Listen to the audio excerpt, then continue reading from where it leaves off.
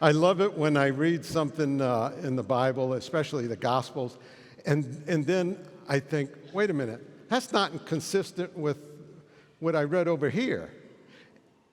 And to me, when those times come up, it's like red flags. It says, all right, find out how both of these things can be true. Dig in deeper, go, right?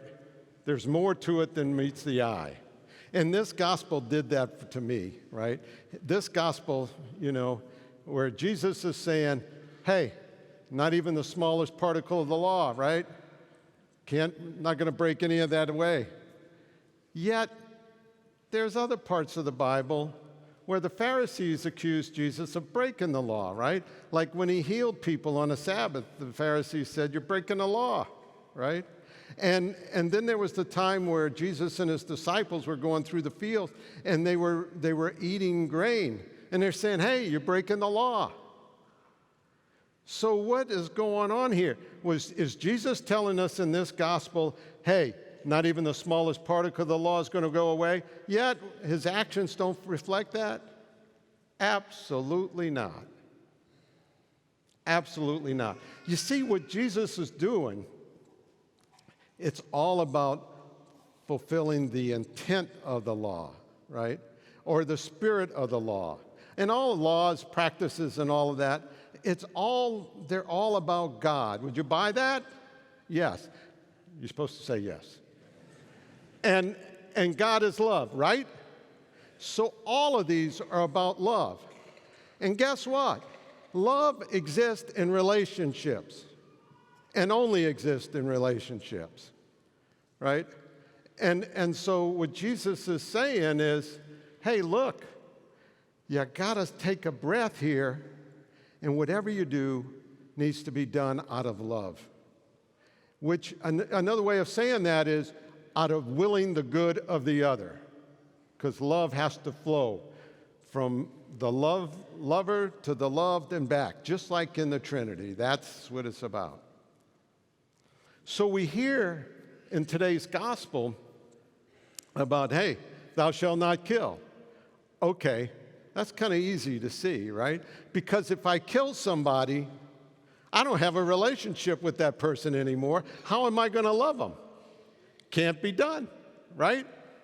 But he's saying, even if I'm just angry, even if you're just angry, you're breaking the law, right?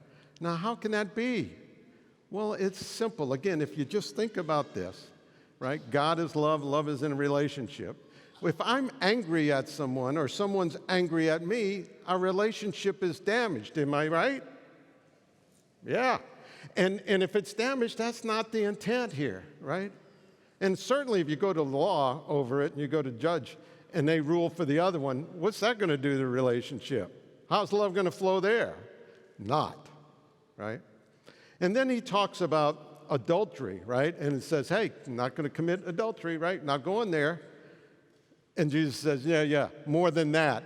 Even if you look at a woman, lust after a woman or something like that, right? Notice he's preaching to men. But why is that? Why is that? I mean, you didn't do anything wrong. Yeah, you did.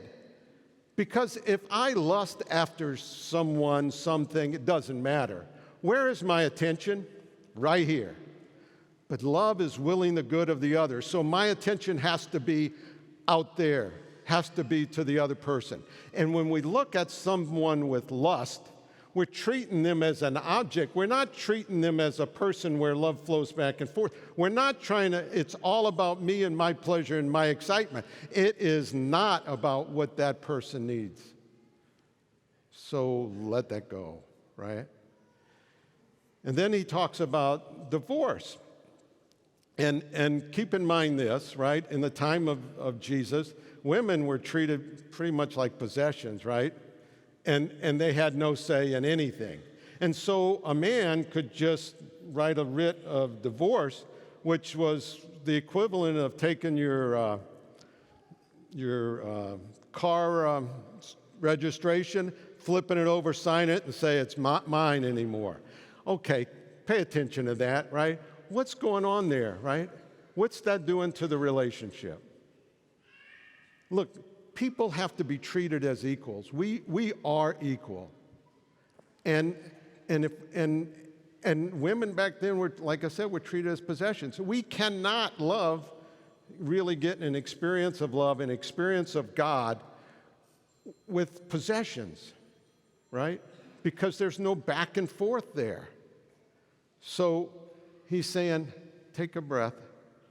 It's about love. And then we hear this, let your yes be yes and your no be no. Well, okay, that makes sense too. Look, we were created out of love. And in our very being is love. Would y'all buy that? Yeah, right? Now, we disguise it really well, most all the time, right? But inside, deep inside, we have God living in us and among us, shining forth. And that's enough. That's what he's saying. You are good enough. Remember in Genesis, hey, created this, good. But when he came to man, he said, very good, right? We are good enough. So when we speak, when we can let go of all the stuff we try to hang on ourselves, our possessions and power and money, and let go of all that and just recognize who we really are, then when we say yes or we say no, that's enough. You see what I hope this is coming across. What I'm trying to say is we have a lot of rules and regulations and bylaws and practices, and we can look at them in ways that it's all about me. But it's not. It's all about love, and it's all about focusing our will on the other people, the other person, and loving them, right? And I think if we can get in touch with that, especially if we can get in touch with that, not just one of us or two of us, right?